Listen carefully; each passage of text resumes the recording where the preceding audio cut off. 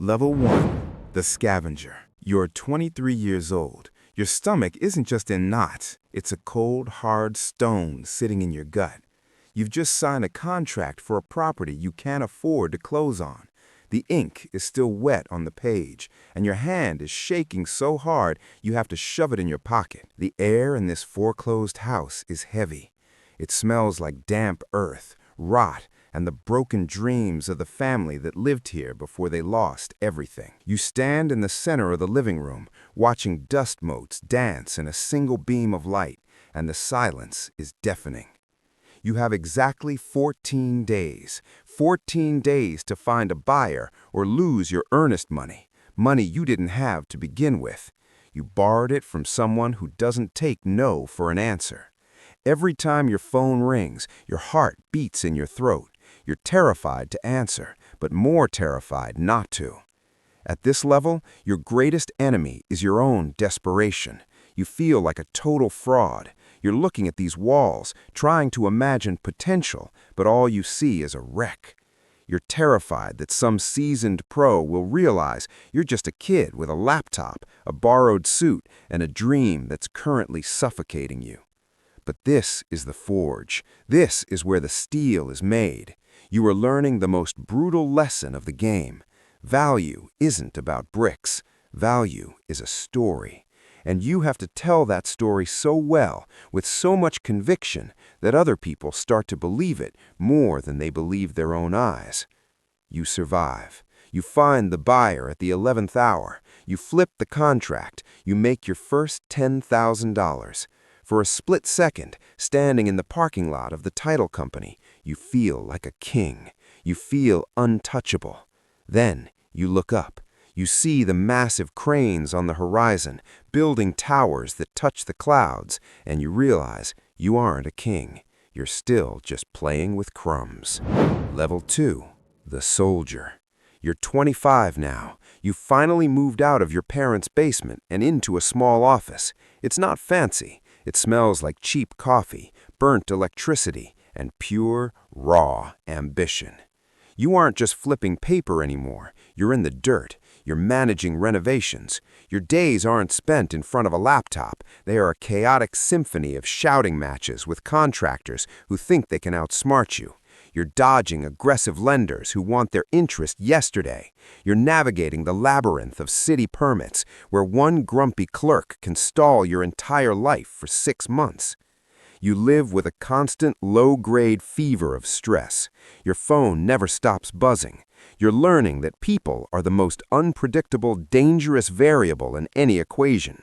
You realize that a perfect deal on paper can be murdered in real life by a bad plumber or a lazy inspector who had a bad morning. Your psychology is shifting. Hope is dead.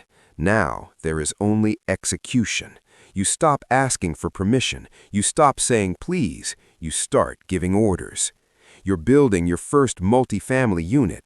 The debt is no longer a number. It's a physical pressure on your shoulders, like a weight you can't ever put down. You tell your friends you're a developer now, but deep down, you know the truth. You're just a high-paid manager of chaos, trying to keep the fire from burning the whole house down. Level 3. The Operator. 30 years old. You've traded the hard hat for a tailored blazer. The scent of sawdust and sweat has been replaced by the smell of new carpet and expensive ink. You have a team now.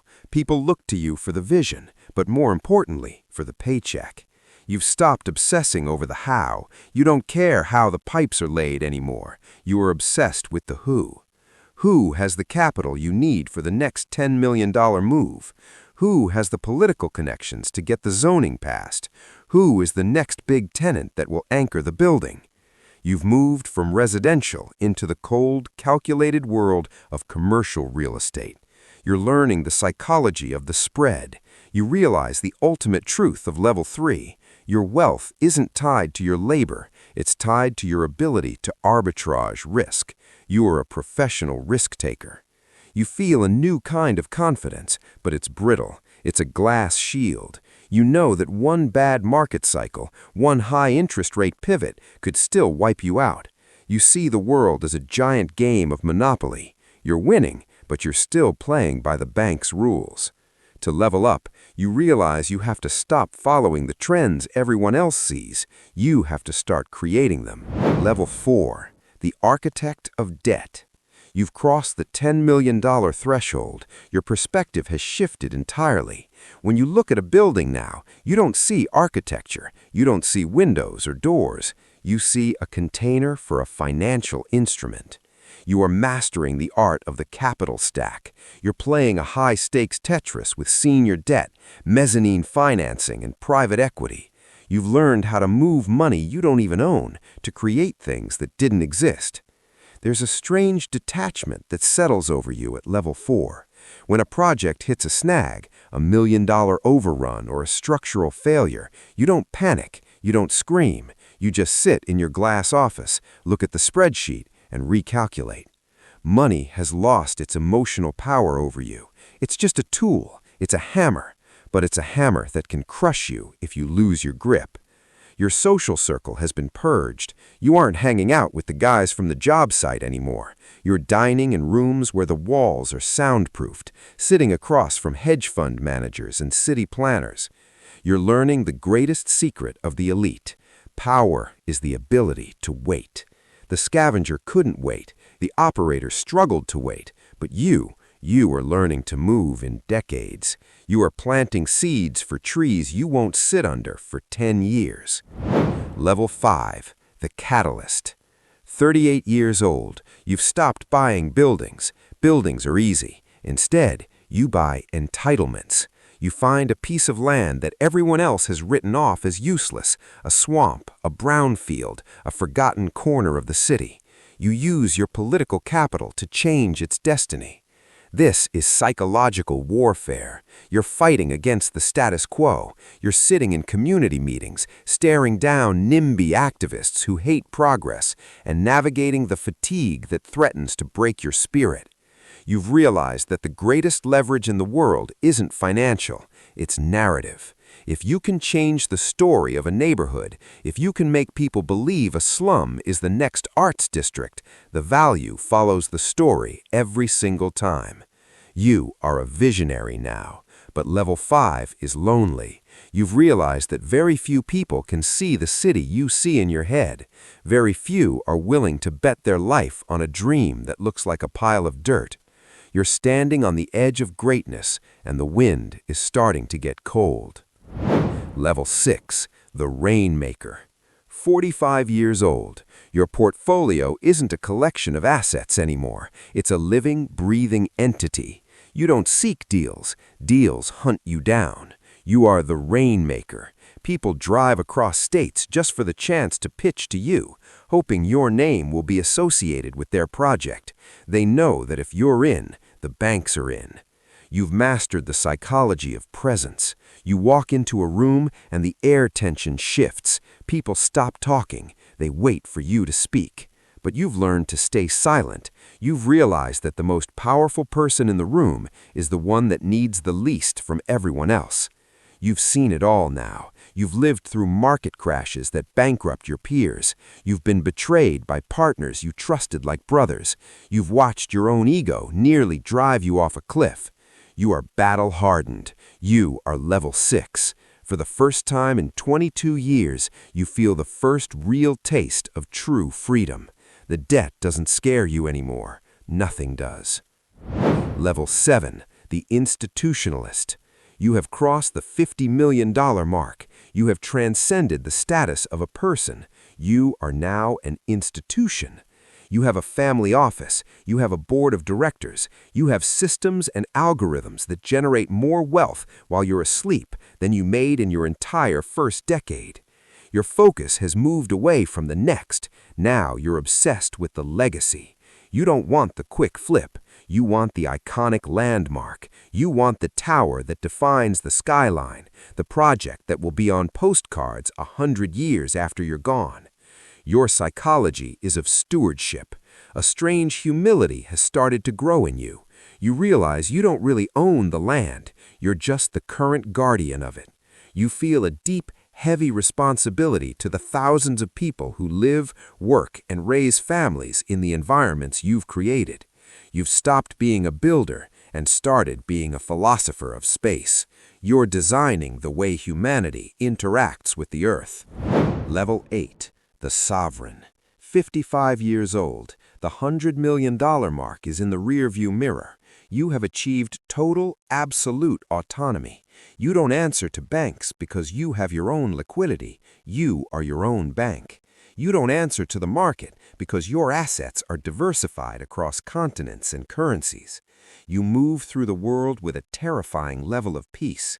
You look back at level 1, that terrified kid in the foreclosed house, with mixture of pity and deep respect.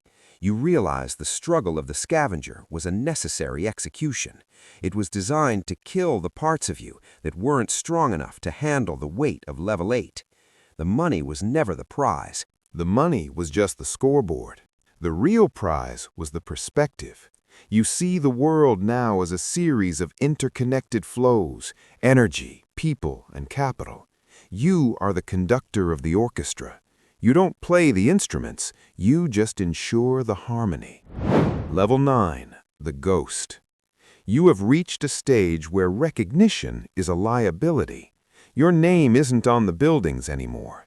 In fact, most people don't even know you own them. You operate through layers of trusts, offshore entities, and silent partnerships. You are invisible, yet your influence is everywhere. You've realized that true power is silent.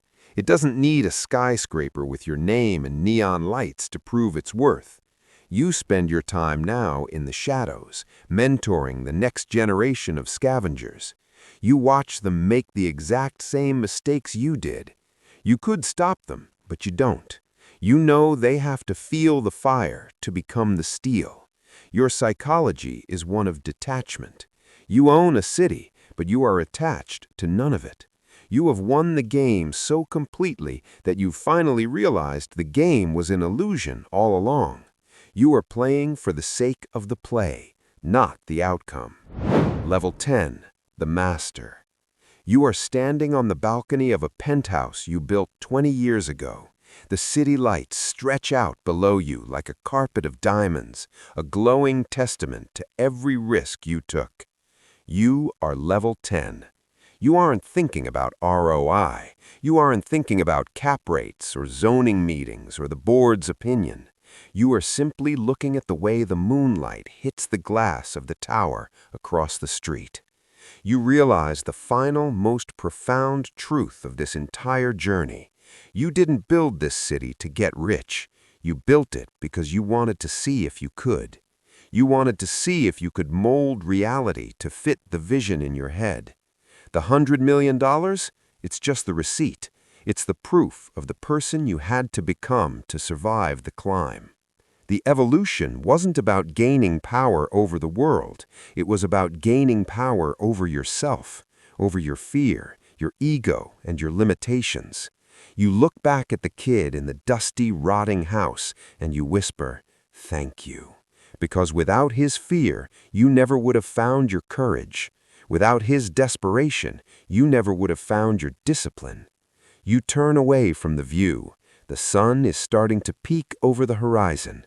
A new scavenger is waking up somewhere right now, checking his phone with shaking hands, ready to start the climb. And you are finally, truly free.